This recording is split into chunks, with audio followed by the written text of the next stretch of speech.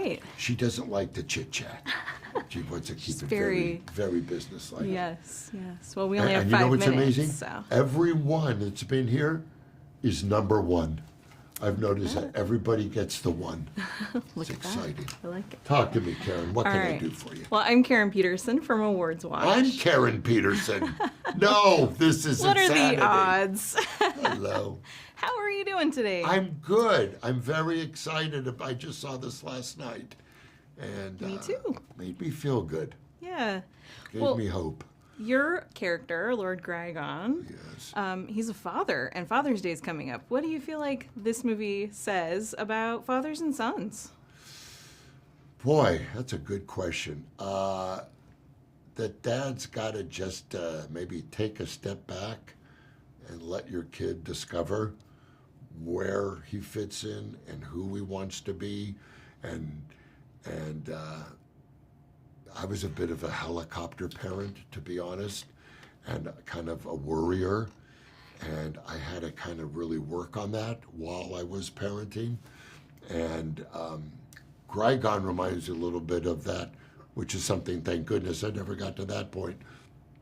But the father at the Little League game that's yelling at everybody, it's like, oh gosh, thank goodness that isn't me.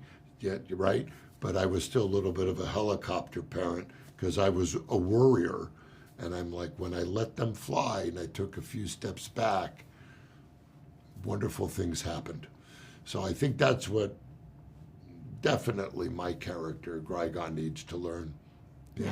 Yeah, definitely. Can you talk about, because I mean, obviously Lord Grygon does sound like you, but also not quite. So can you talk about finding your voice for? Well, they were like, you'll be able to play him. He's a giant, which I figured, a 9-footer. Didn't know he'd be like a building, right? So it's really having that force, that control, that, where he builds, he starts here. And I have to tell you, it really is tough on the pipes, but worth it. But I had to make sure that he had, especially near the end, obviously, some vulnerability. It's rare you see that in a villain character in animation. They're kind of one note, where Pixar has very layered characters. You get to see Elio evolve, and not just evolve in the Communiverse, but he ends up helping 2 people that are almost in more need than he is.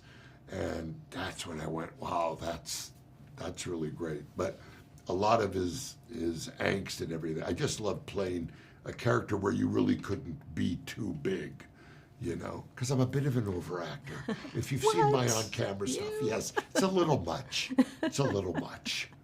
Well, speaking of that, though, can you describe a day on the set of a Pixar voice recording? Well, you're alone, It's kind of like my first marriage, okay, if I could just, you're alone, you're standing in one of the iconic sound stages at Disney. I'm a Disney nut, so a lot of that to me, I remember I used to ride my bike around, because I grew up out there around Burbank and the Disney lot, and I used to say, one day I'm gonna not be allowed to drive on here. And it was true 4 days ago. I wasn't on the list, and you're number 1. But it's an exciting thing to be part of. It really is. What was the question? What's it like just a day on the set filming?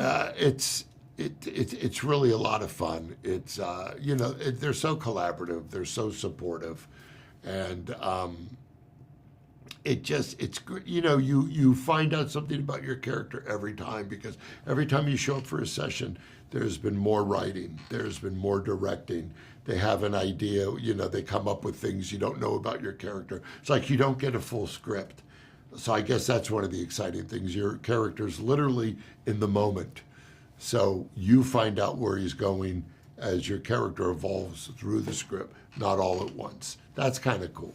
That is very cool. Yeah. Well, thank you so much. It's great to see you.